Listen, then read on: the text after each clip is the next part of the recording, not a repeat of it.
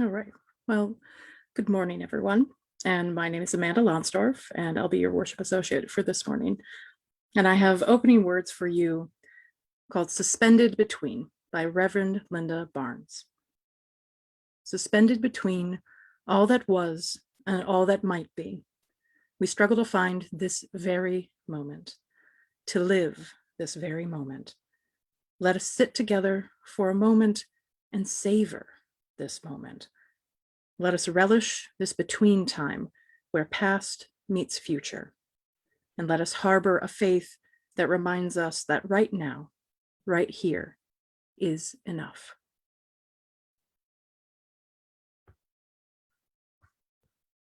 Good morning, I'm Nate Otto, Vice President of the board this year, and I am really looking forward to returning to in-person services. I'm sure everybody else is here as well. Speaking of which, does anybody remember what our sanctuary smells like? Not that I'm suggesting people were walking around smelling the pews before COVID set in, but thinking about the smell really takes me back to pre-COVID times. You've got the pleasant, woody mustiness of the room. There are smoky candle smells around, and maybe there's that earthy fragrance from flowers near the pulpit. I say all that because we are returning to in-person services again soon. We want to do it right. We want these services to be accessible to all those who, well, cannot be present to smell the pews. That is why our tech fundraiser is just that important. Last week, we heard Kurt Erickson's excellent description of what this is and what we need. I won't repeat what he covered so well. I will tell you three things. First, we've already raised over $1,700 of the $5,000 goal. That's great. Second, this equipment will benefit UUC for years after we acquire it. Finally, if you have questions, please reach out to Kurt Erickson, Rob Brinlinson, Julie Lepp, or anybody else on the tech committee. We are all eager to talk about it with you. Thank you.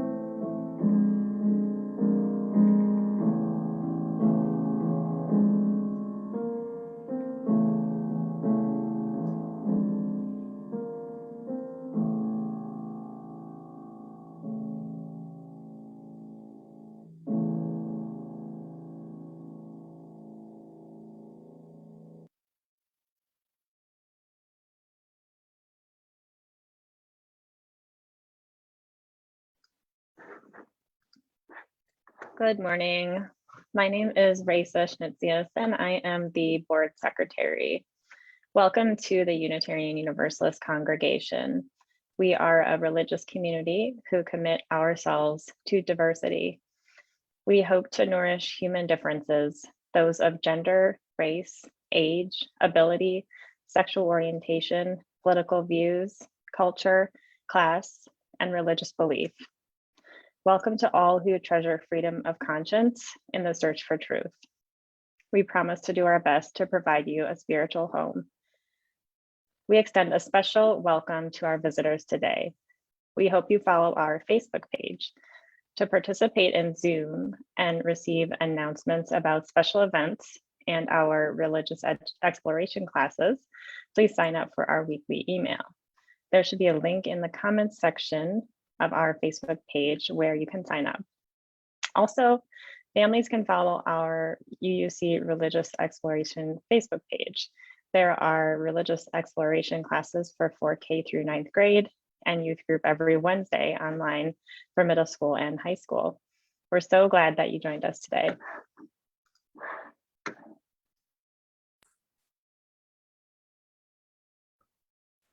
Well, I would like to take time to light our chalice today, and so hold it while we do that.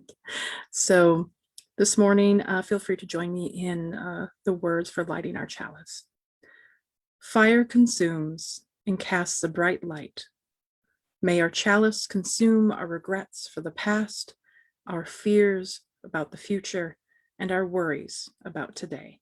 May it light for us a path of joy and peace.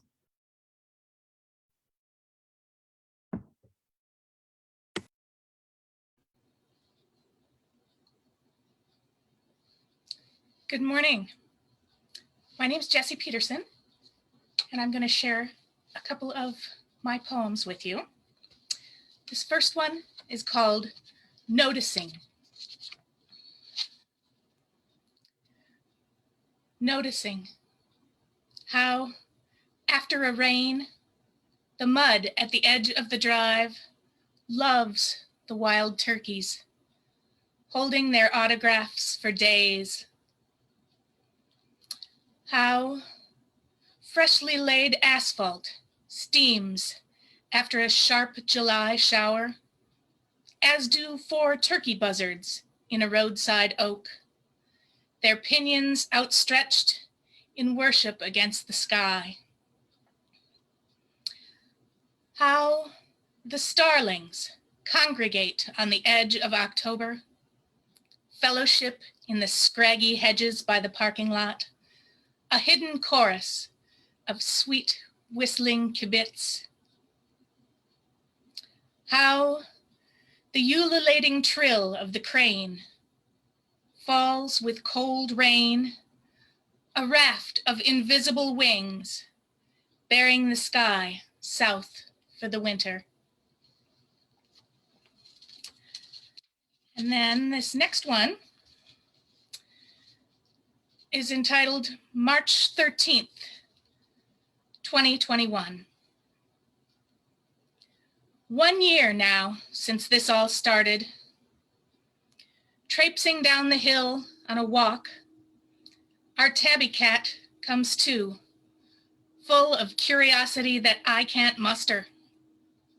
It's all so drab. The dead leaf litter turned over by turkeys. The locust tree, whose roots let loose of its sandy bed and tipped into the swamp. The winter-whorled grass grown over a circle of stones, where one long ago summer, my mother and her friends held a sweat lodge. It's hard to rustle up any interest, to find, like the maple tree, the hidden spring inside us. Although, a little further along the path, there is a warble of water, a tiny cataract falling a few scant inches from the culvert's lip. Here, the watercress stays green all winter. Spring-fed stream scarcely colder in January than July. Time to stop, to savor one small sprig, one peppery green leaf hot on my tongue, to watch the sluice and welter of water drawing the last year downstream.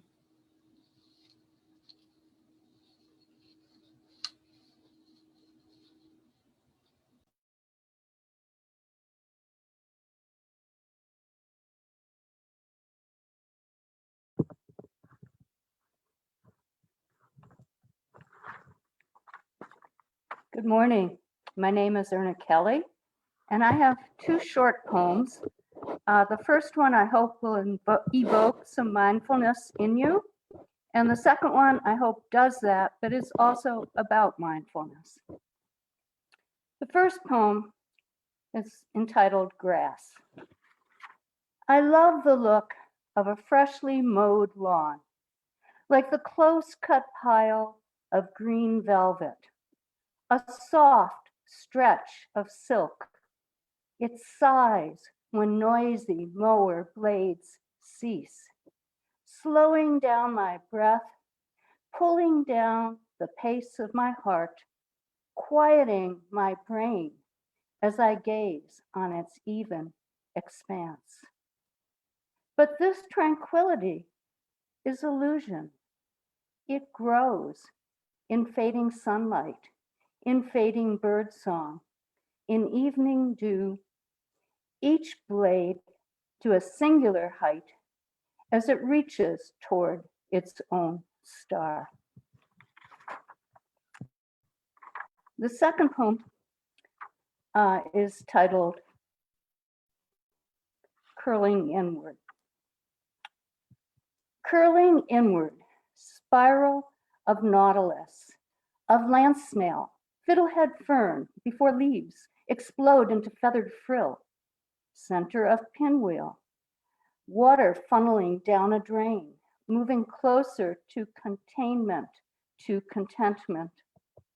Flower in bud, seed in pod, protracted ease before release into streams of wind, water, whatever life allows to touch it. Curve of embrace before arms empty, body asleep before morning stretch, limbs tucked tight, head folded down. Embryo imitation, self-preservation, centering the spirit is never wrong.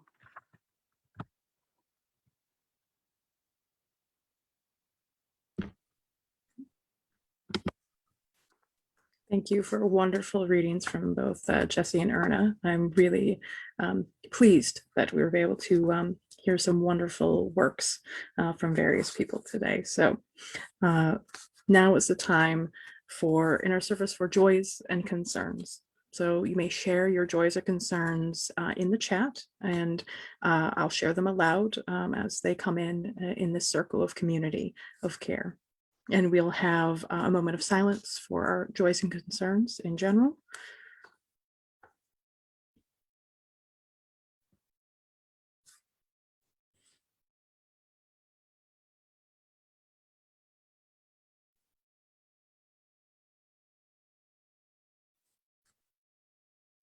I'm pleased to see others are enjoying the music and the poetry as well in the chat.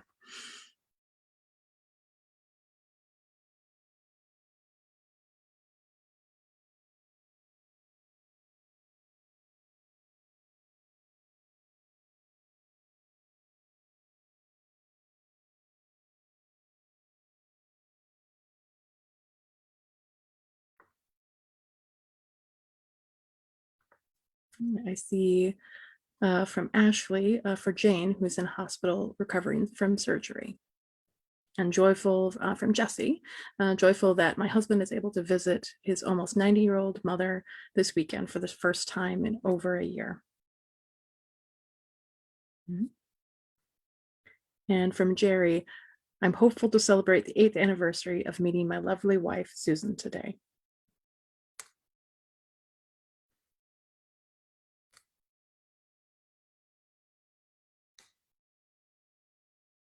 I'm still loving all the appreciation for the poems and music so far, so that's quite lovely. That can also be a joy. Just appreciating that.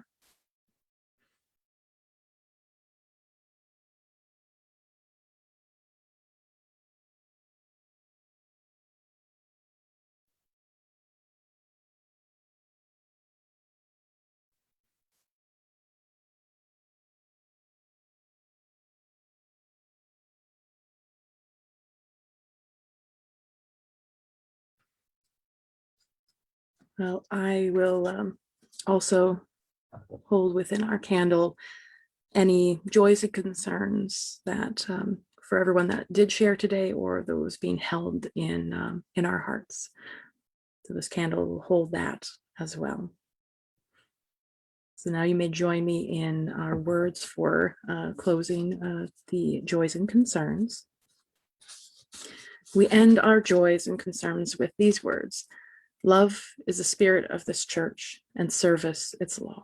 This is our great covenant, to dwell together in peace, to seek the truth in love, and to help one another.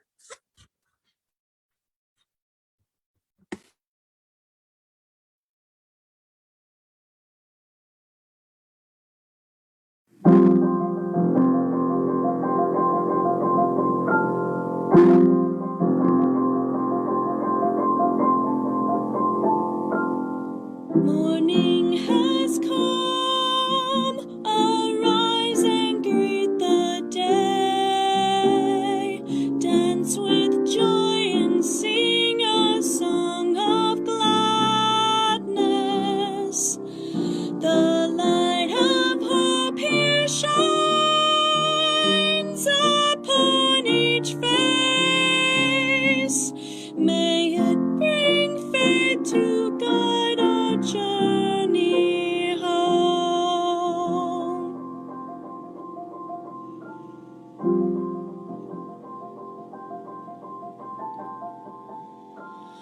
A new day dawns, once more the gift is given. Wonder fills this moment shared together. The light of peace here shines upon each face. May it bring faith to guide our journey home.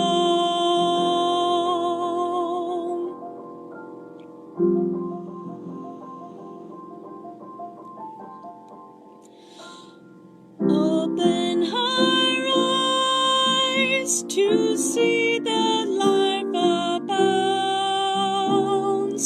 Open hearts to welcome it among us. The light of love here shines upon each face. May it bring faith to guide our journey home.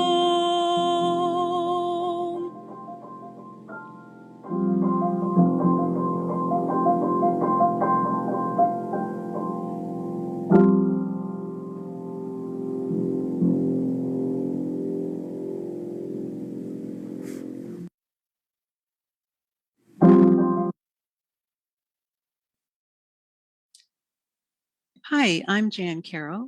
I'm going to read my poem, Breath by Breath. Amanda asked me to write something or share something with you about mindfulness. Part of my spiritual practice is a very, very light connection with the Sufi practice. And the Sufis always say that Sufi is a child of the moment, because you want to try to focus on where you are now. And that doesn't mean that you can never think about the past or the future. You think about that too, but you think of your position within all of that, which is now. And so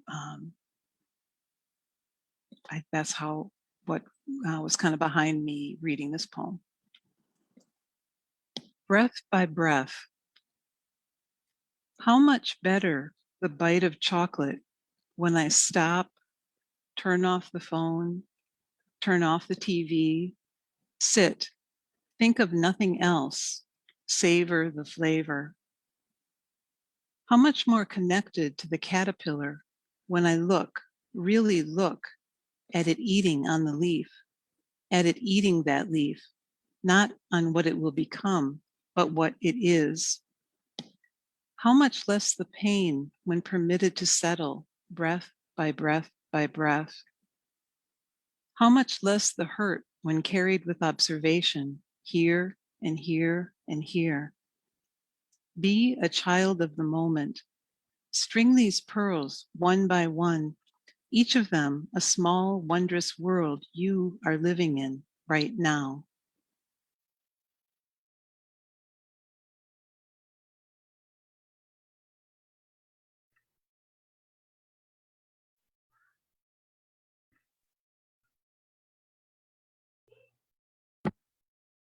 And next we have a poems, I believe poems, from Debbie Campbell. Hi, I'm Debbie Campbell. I'll be reading just one poem today about the mindfulness found in the stillness of a single moment. It's called Night Shrine. In Japan, my host grandmother, her dark hair cut close to her chin, framing her face like a wild cat's mane, calls poetry she. She says she is the word death, too. At night, I sneak out the back gate of her house, past the vines that curl up like green hands. I walk the dirt road to the shrine, see the peaks of her roof reach up into the night behind me. The shrine seems still in the night, the shrine seems empty, but beneath the stillness there is a movement. The wind flipping the paper blessings, their reedy bodies wrestling against wood beams, Japanese writing like veins jutting across each one. It begins to rain. Fat pellets I wear as holy water, and there too is the passage of air, space, absence. Because in the absence, a Japanese friend will tell me, there is spirit, there is art. At night, I sneak back in through her gate like a ghost in Oban. I lay down on the tatami floor, I breathe in and out, and in the stillness of my room, in the absence, my breath is moving, a steady sounding she.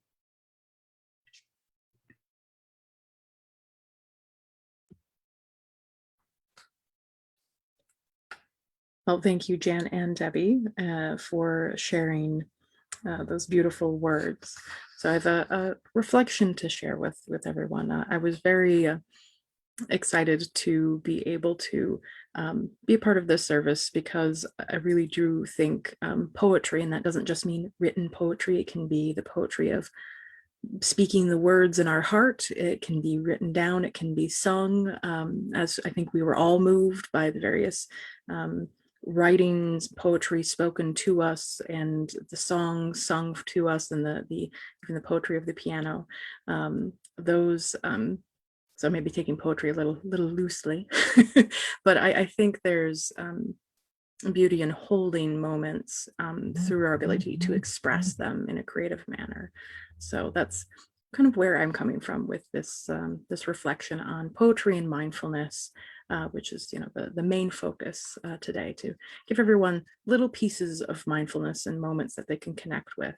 So hopefully something in the service today has been able to give that feeling for you. And so to me, the act of creating poetry in itself is an exploration of mindfulness. You let that moment, feeling, thought, scene, even if it's in your own mind, just wash over you, soak into you, into your mind's eye, and you hold it. And you look at it from many different angles, and you explore its facets, the feelings, the sensations, the cracks and crevices of that moment. And you present that idea, that moment, as you hold it as long as you needed to put words to paper or sound to word or song to music that evokes that essence of that moment that you experienced or is in your mind. Even in editing, which I know as a writer, I don't always enjoy, but sometimes I really do, because you're coming back to that moment and letting it again soak into you again, and to that core place and moment in that poem. And you review it and you begin to craft the words around that moment to convey the mindfulness to others, to share that experience that you had within you.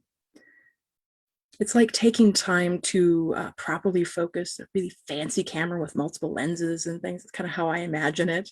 And you want to create the exact kind of photo you want to share with someone else, to share the experience you saw.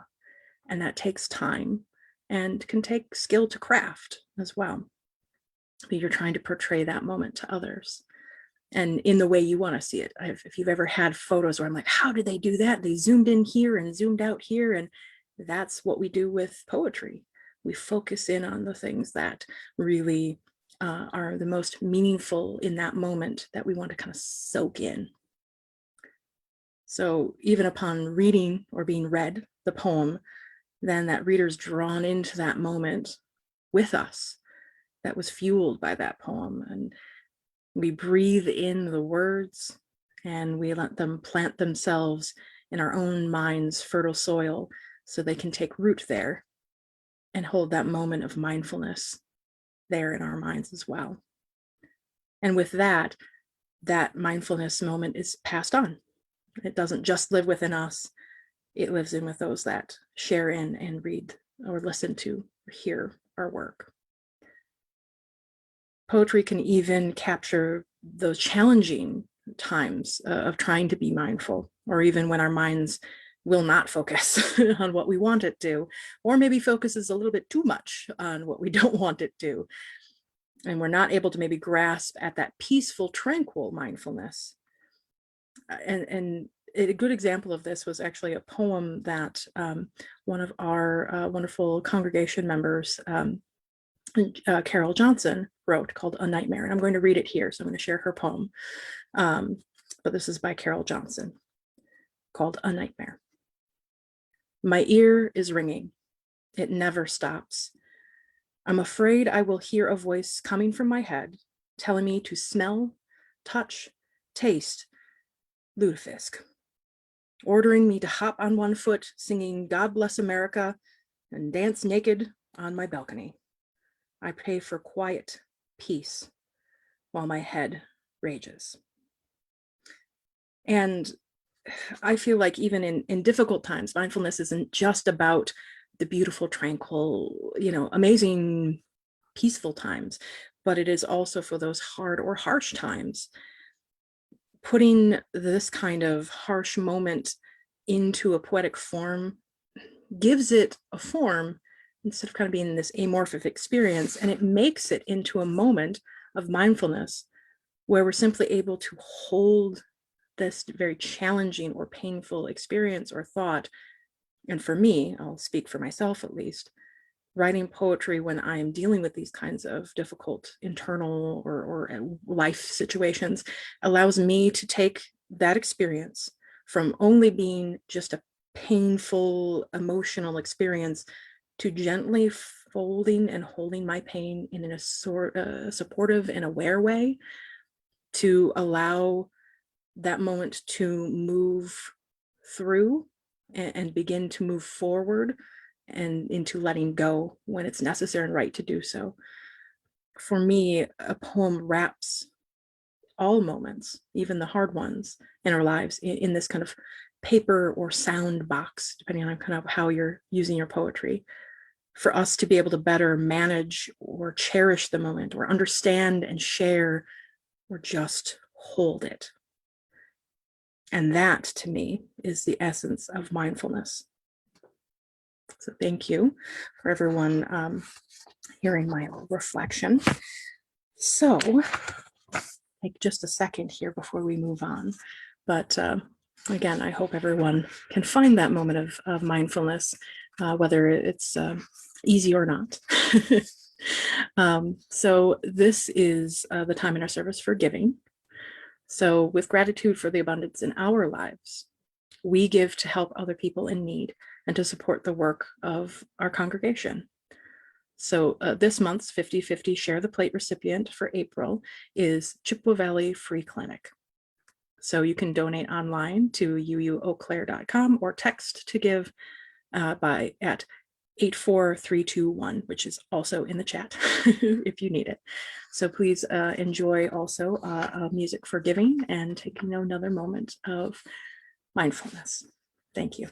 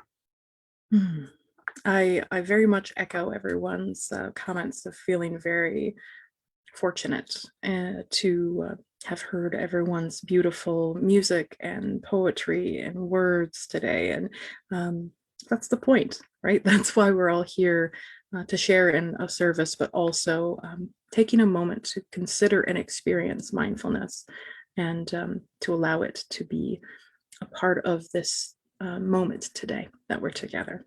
So I do have our, oh, I skipped one. It's like, we're not closing words yet. So I do have our extinguishing chalice. So please join me if the words up. I always want to say printed in your order of service, but also printed in your chat for extinguishing our chalice. We extinguish this flame, but not the light of truth, the warmth of community, or the fire of commitment. These we carry in our hearts until we are together again.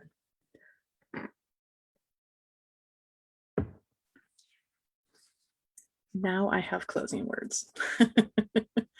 So again, I want to thank everyone for joining us today for our online service, and we'll hope that you will join us again.